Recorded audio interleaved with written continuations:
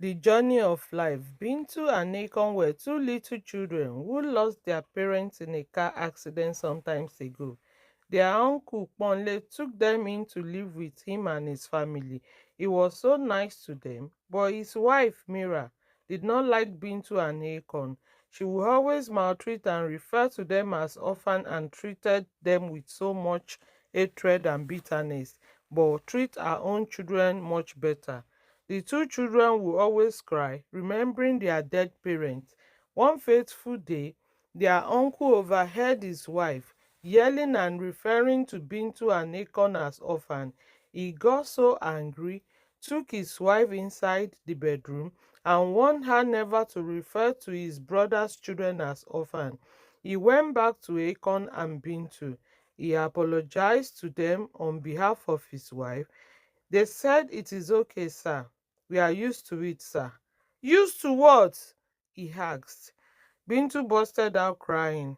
She said, "Sir, ever since we moved in here to live with you, we have never had a day of peace." Akon shouted at Bintu. He said, "Shut up." Their uncle couldn't control his emotion. He started crying as well. Later in the night, Monle summoned the whole family. He said, "Death is inevitable. Everyone is going to die at one point or the other. So we shouldn't be mocking the dead. I do hope those concerned can hear me and understand my parable." He stood up, held Hakon and Bintu's hand, took them into their bedroom, sat with them on the bed. He read a bedtime story to them. He blessed them and wished them sweet and sound night rest. Akon and Bintu thanked their uncle for being an amazing, loving, and caring person.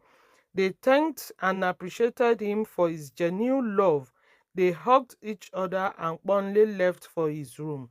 Ponle went straight to bed, pretending to be asleep, but was lost in thought and missing his dead brother.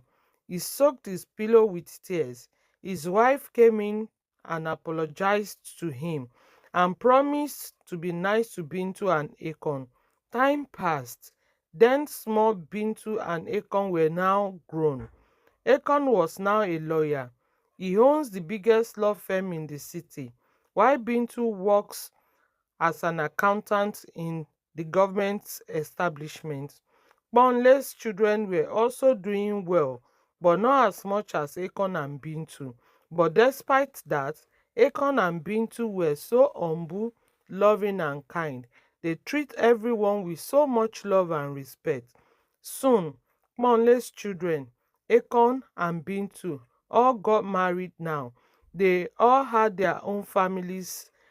Monle and his wife were now very old, that they needed care 24 hours of the day, 7 days a week. Ponle's children said that Ponle and his wife could not live with them despite being rich and having big houses. So it was Akon who took them both in to live with him and his family. He personally saw to their welfare. Akon cared so much for Ponle and his wife. One day at dinner time, Ponle's wife, Mira, burst out crying. She said, "Akon, my son, can you and your sister Bintu ever forgive me? I know I have not been so nice to you both. Please, my son, forgive me and plead on my behalf with your sister Bintu to also forgive me."